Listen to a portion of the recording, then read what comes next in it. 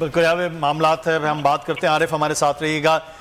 شاہ محمود قریشی صاحب جو ہیں وہ ہمارے ساتھ موجود ہیں, وائس چیئرمین پاکستان تحریک انصاف. شاہ صاحب شکریہ آپ کے وقت کا.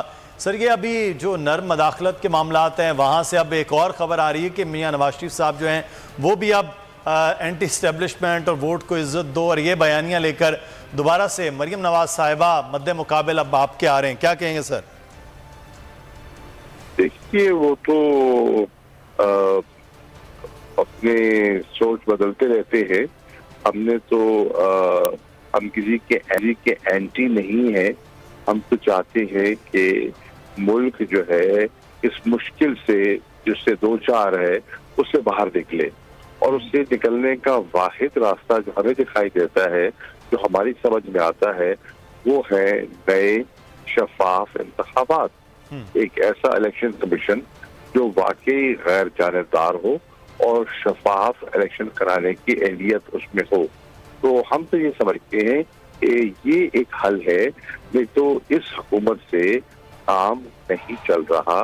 اکانومی کی صورتحال آپ کے سامنے ہے, دن بدن بگڑتی جا رہی ہے, اور پنجاب کے حالات آپ کے سامنے ہیں کہ اکثریت ہونے کے باوجود وہ عوام کے مینڈیٹ کو اور عوام کے منتخب نمائندوں کے ووٹ کو تسلیم نہیں کر رہے. تو یہ جو بے یقینی اور یہ جو عدم استحکام کی طرف ملک کو دھکیل رہے ہیں, یہ ملک کے مفاد میں نہیں ہے. اچھا شاہ صاحب, یہاں پر تھوڑا سا کلیئر کیجئے گا کہ آپ لوگوں کی پالیسی کیا ہے, کیونکہ عمران خان شروع سے اسی موقف پر ڈٹے ہوئے ہیں کہ ہم تمام سٹیک ہولڈرز کے ساتھ بیٹھنے کو تیار ہیں, لیکن بات صرف الیکشن پر ہوگی. جو ریفارمز آپ لوگ چاہتے ہیں وہ ہوں اور ساتھ پھر بیٹھا جائے. تو اس کے لیے تو آپ لوگوں کو اسمبلیز میں نہیں جانا پڑے گا, کیونکہ اس وقت اسمبلیز میں تمام جماعتیں سوائے پی ٹی آئی کے. دیکھیے اسمبلی جو موجودہ اسمبلی ہے نا, قومی اسمبلی, وہ بے معنی ہو کے رہ گئی ہے, اور اسمبلیاں اپنی وقت جو ہے وہ کھو چکی ہیں. اب آپ دیکھیں نا, پنجاب اسمبلی کو لے لیں, کیا آپ نے وقت اور کیا اہمیت دی ہے آپ نے اسمبلی کو.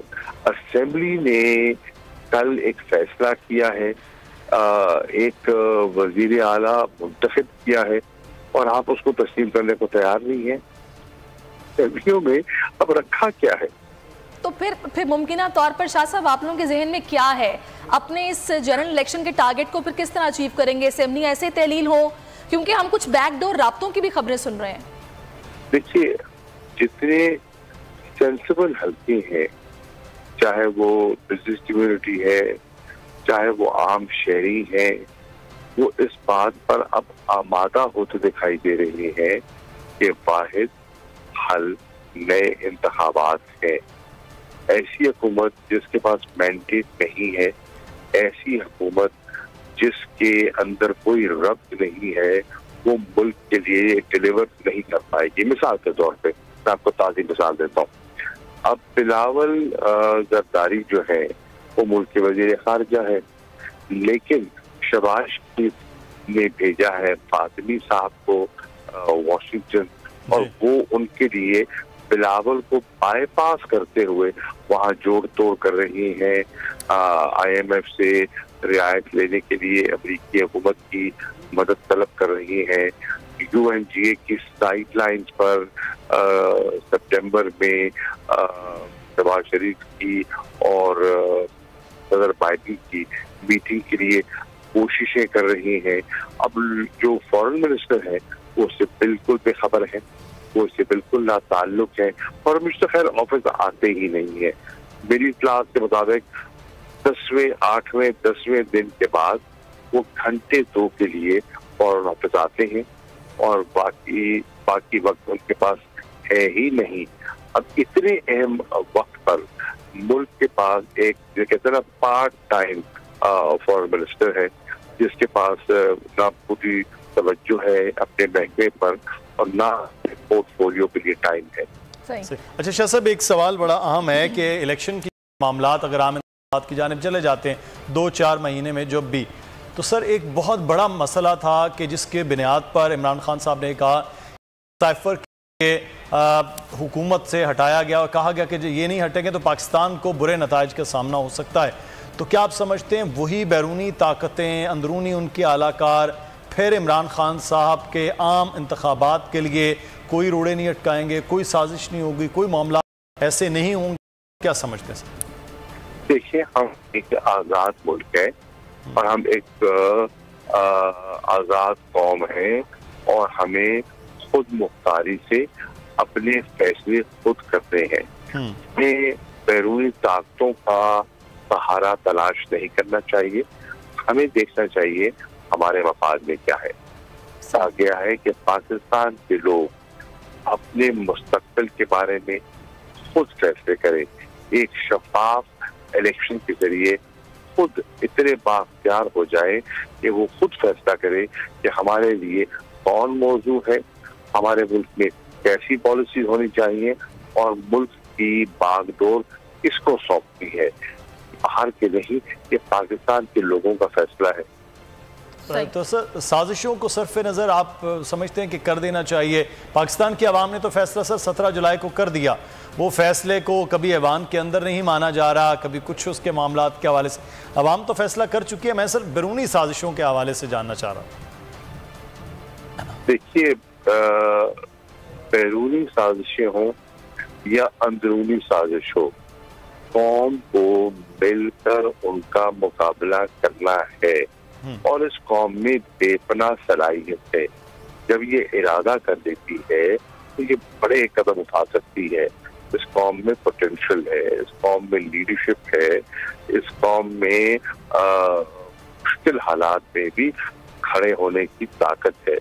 مثال کے طور پر جب ہمارے سامنے بے پناہ رکاوٹیں تھیں اور قوم نے فیصلہ کر لیا کہ ہم نے ایک اپنے دفاع کے لیے ہمیں ایک کریڈیبل منیمم چاہیے، تو بیرونی رکاوٹوں کے باوجود ہم نے حاصل کیا.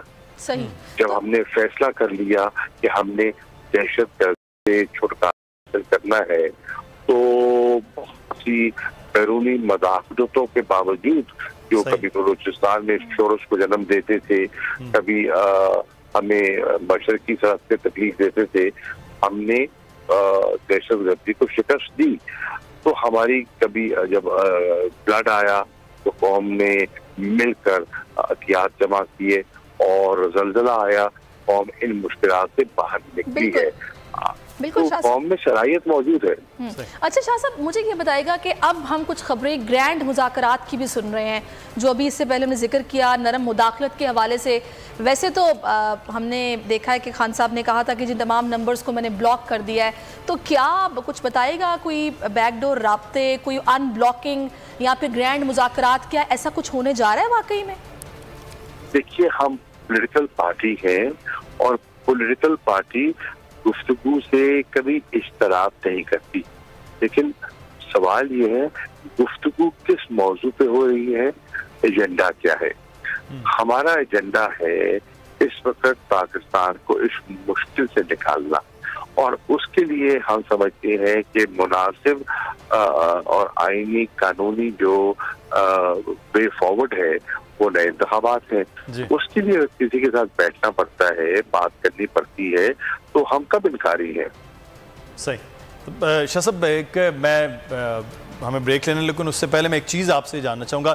ابھی تقریباً کچھ 13 منٹ پہلے مریم نواز صاحبہ کا ٹویٹ آیا ہے کہ آپ صبح سے دیکھ رہے ہیں کچھ چیزیں جو ہیں وہ باقاعدہ طور پر عدالت عظمیٰ کے حوالے سے بڑی ایک منظم مہم چل رہی ہے. انہوں نے کہا کہ اگر انصاف کے ایوان میں دھونس، دھمکی، بدتمیزی اور گالیوں کے دباؤ میں آ کر بار بار ایک ہی بینچ کے ذریعے مخصوص فیصلے کرنے ہیں، اپنے ہی دیے گئے فیصلوں کی نفی کرنی ہے، سارا وزن ترازو کے ایک پلڑے میں ڈال دیتے ہیں، تو ایسے ایک طرفہ فیصلوں کے سامنے سر جھکانے کی توقع ہم سے نہ رکھی جائے. بہت ہو گیا. تو یہ جو جس قسم کا معاملہ شروع ہو گیا ہے عدالت عظمیٰ کے حوالے سے، کیا کہیں گے؟ دیکھیے، یہی تو ہے ان کا دوہرا معیار. آپ کو یاد ہوگا حکومت میں آنے سے پہلے یہی مریم نواز صاحبہ کتنی تنقید کیا کرتی تھی اداروں پر، مختلف اداروں پر، اسٹیبلشمنٹ پر، خارج پاکستان پر، حتیٰ کہ سپہ سالار پر انہوں نے ڈائریکٹ نکتہ چینی کی. ٹھیک،